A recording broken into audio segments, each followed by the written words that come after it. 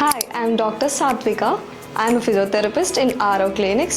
So నార్మల్గా మన మోకాళ్ళలో వాపు ఉండడం, నొప్పి రావడం, సో ఏదైనా నీరు ఫామ్ అవ్వడం వంటివి చాలామంది పేషెంట్స్లో మనం వింటూ ఉంటాం. సో దానివల్ల చాలామంది మెడిసిన్స్ తీసుకోవడం, ఇంజెక్షన్స్ తీసుకోవడం లాంటివి చేస్తూ ఉంటారు. అలా అని నీరు రావడాన్ని కీళ్ళవాతం అని మనం చెప్పలేము.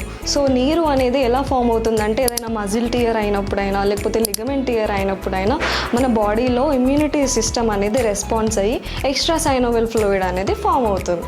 సో ఇంజెక్షన్స్ వల్ల కంప్లీట్గా క్యూర్ అయ్యే ఛాన్స్ అయితే లేదు.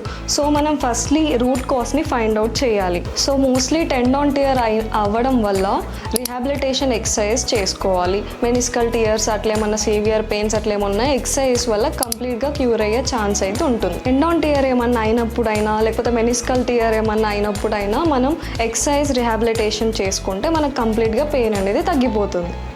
So in our RO clinics, we have the advanced laser therapy treatment with high density and wavelength.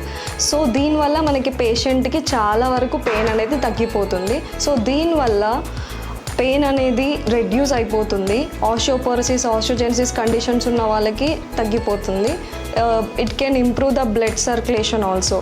So consult us on RO clinics. Thank you.